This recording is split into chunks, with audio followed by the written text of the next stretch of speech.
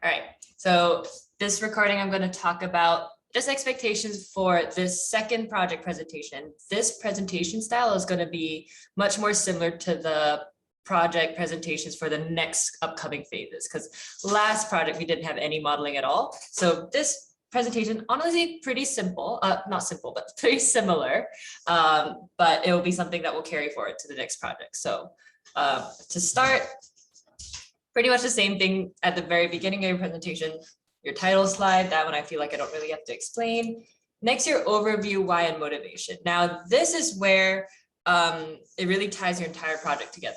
I know in the modeling, very easily, it's easy to get like caught up in like, okay, I want to get the best metrics, I want to get the best R squared, but really think about what someone would use your model for. And that's how you start defining your business case. And I think it's really important to set up that motivation so that your recommendations and conclusions at the end later can really tie back to whatever your business case is. If you're predicting housing prices, what are you predicting housing prices for? Is it for someone who's looking to like invest? Construction companies is another one because you have all of these features. Maybe you're building models for people who are looking to like flip houses or something like that.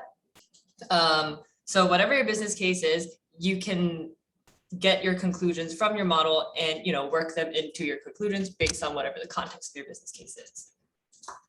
Cool. Next, very, very similar as the last time, overview of your data.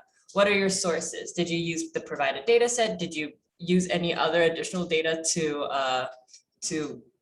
supplement your data set?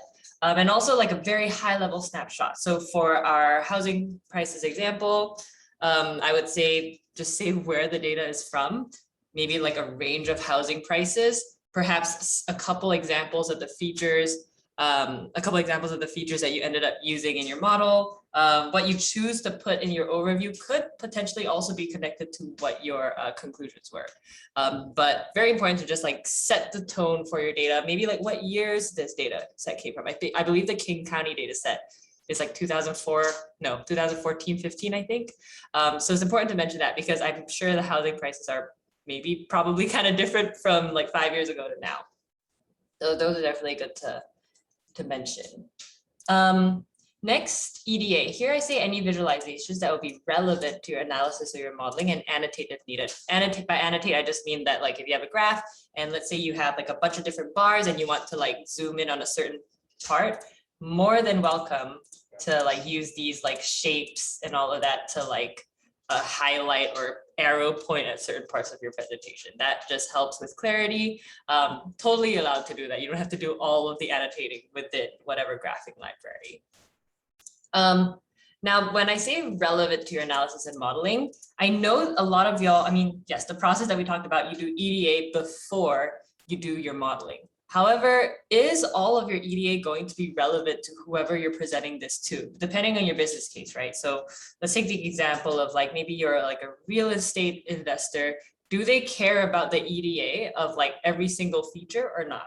Maybe depending on your business case, they might, but I think in most cases, not all the EDA will be relevant. So do recommend picking and choosing the EDA that will feed most into your conclusions and your analysis later. So for example, what ends up being like your most, like maybe some of the coefficients that you end up talking about in your conclusion. Maybe do EDA on those features instead of all of the features. I will say like some typical, like the graphs that usually make very little sense in these kinds of presentations. If you have like a scatter matrix, that usually brings very little value to a non-technical presentation, those scatter matrices with like the scatter plots and the histograms.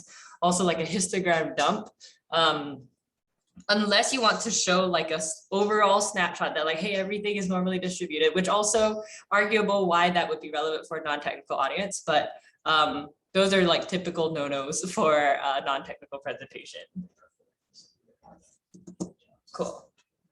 So next for the modeling. I know I had you all do like at least 4 models, but in your non-technical presentation, you don't have to show all 4 models. If anything, maybe like a baseline and your final model. And if at all, I think a lot of presentations, just talking about your final model will be enough, or an intermediate one if you think it adds to your presentation.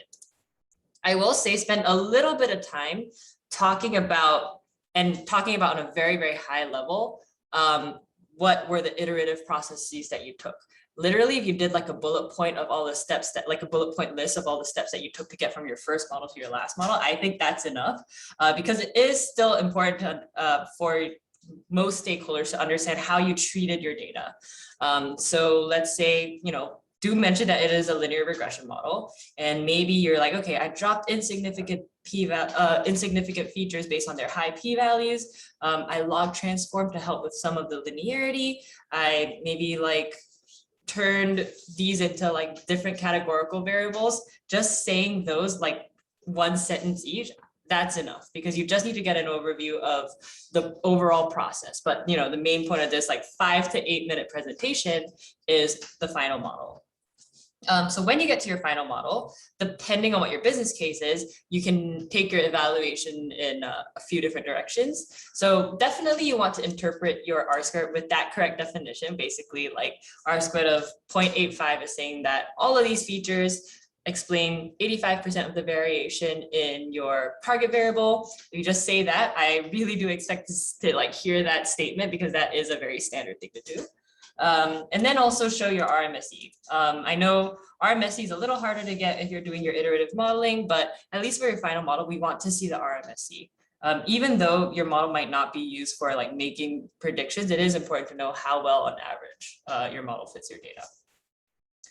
And yes, depending on your business case, evaluate and interpret some of the more important coefficients. So depending on the approach that you decide to take, maybe you want to find out like what features have the highest relative impact on price. Then you would, use your standardized model and say, okay, this feature seems to have the greatest impact on your price. Or if you're deciding to use like a non-scaled model and, you just have a few coefficients that you want to point out that are relevant to your business case. So maybe like if you're a construction company and you find that, I think grade is the one that has to do with like the quality of materials. You say like, yeah, increasing the grade of your materials by 1 actually improves or increases your price of your house by that much. So actually do interpret it as quantitative as you can be. Yeah. Cool. Yeah, I mentioned this as well. All of the iterations, you don't have to show multiple iterations of your model, just a 1-sentence summary of each. On top of that, it is not very professional to screenshot the stats model's output. So I would say extract your information from there. Don't like screenshot your stats model's output and paste it there. I found that people don't like that. All right. Finally, your summary or conclusions or recommendations. This is the part that's going to tie back to your business case, bringing in the numbers that you got from your model. So summarize all your insights in a single slide, and if applicable, add any overall recommendations. And then your next steps, what further analysis can be done with more time or resources? We did this for the last project as well. So usually like, okay, get more data, explore these features deeper. That's pretty typical for a future work. And then finally, your thank you slide, where you can link to some of your resources, your repo, acknowledgements, your contact info. For this presentation, I didn't put the extra slide here, but if it's good to get into the habit of starting to have like an appendix for your slideshows, just in case you have like, let's say you think that some of your intermediate models, you do want to show the impact of, some of your intermediate steps, you can actually do that. And the formatting and the content of those slides is a little less important, but if you want to put an appendix and have your information that you couldn't fit into the main bulk of your presentation, you can actually add a couple more slides at the end, label it as an appendix, and label what is on the slide as well, in case you really wanted to have that information on your PDF somewhere. But yeah, the main new point here is in the modeling section of these slides, of these presentations.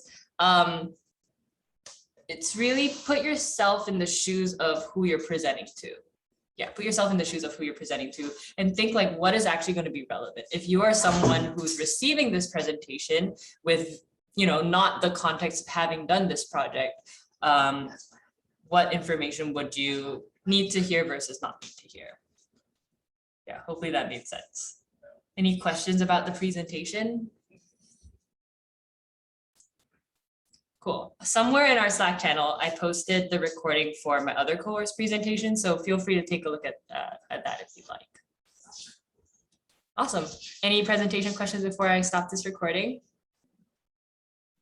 I had, so when you say showing your modeling, not taking screenshots, Mhm. what would